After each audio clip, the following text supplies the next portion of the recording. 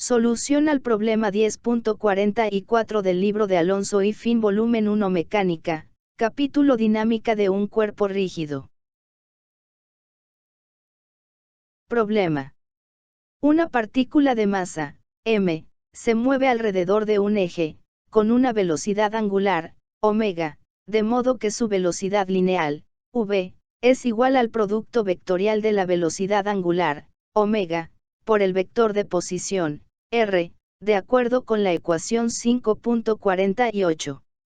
Demostrar que las componentes de su momentum angular son, Lx, es igual a la masa m de la partícula, por el componente x de su velocidad angular omega, por el cuadrado de x, más el cuadrado de y, menos el componente y de su velocidad angular omega, por y, por x, menos el componente z de su velocidad angular, por z, por x. Ly, es igual a la masa m de la partícula, por menos el componente x de su velocidad angular omega, por x, por y, más el componente y de su velocidad angular omega, por el cuadrado de z, más el cuadrado de x, menos el componente z de su velocidad angular, por z, por y.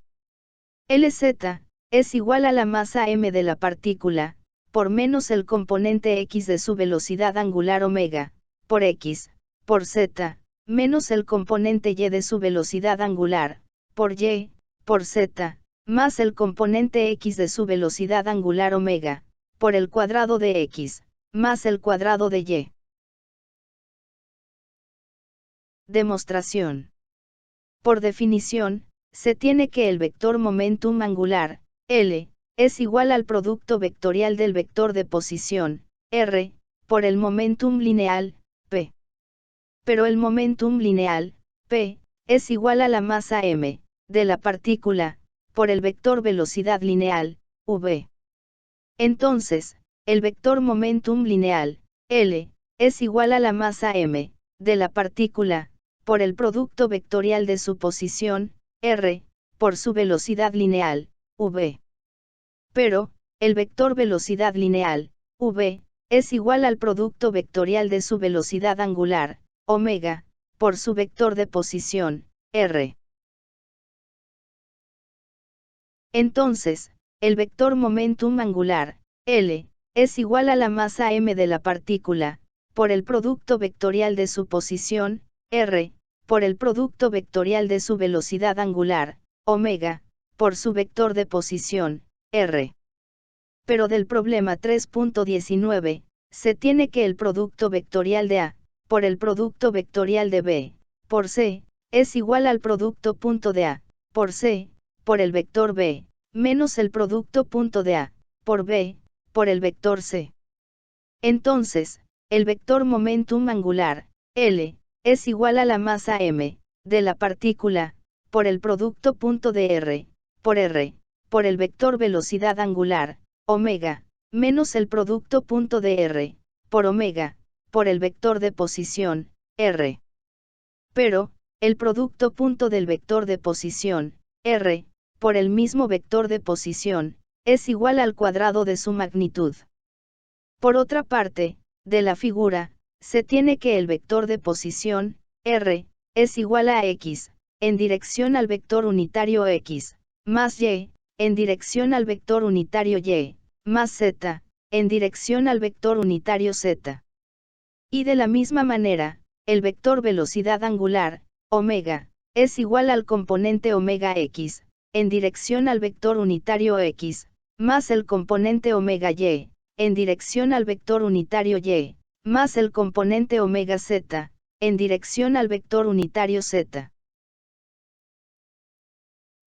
Entonces, el cuadrado de r, es igual al cuadrado de x, más el cuadrado de y, más el cuadrado de z. Y el producto punto de r, por omega, es igual a x, por omega x, más y, por omega y, más z, por omega z.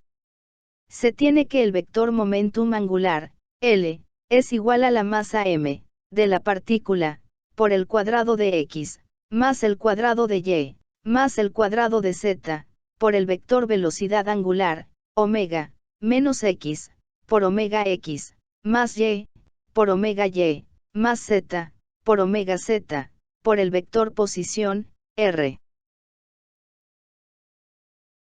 Sustituyendo nuevamente las definiciones vectoriales para el vector de posición, r, y el vector velocidad angular, omega, se tiene que el momentum angular, L, es igual a la masa m, de la partícula, por la suma del cuadrado de cada uno de los componentes de su posición, omega x, en dirección al vector unitario ux, más omega y, en dirección al vector unitario y, más omega z, en dirección al vector unitario z, menos la suma de x por omega x, más y por omega y, más z.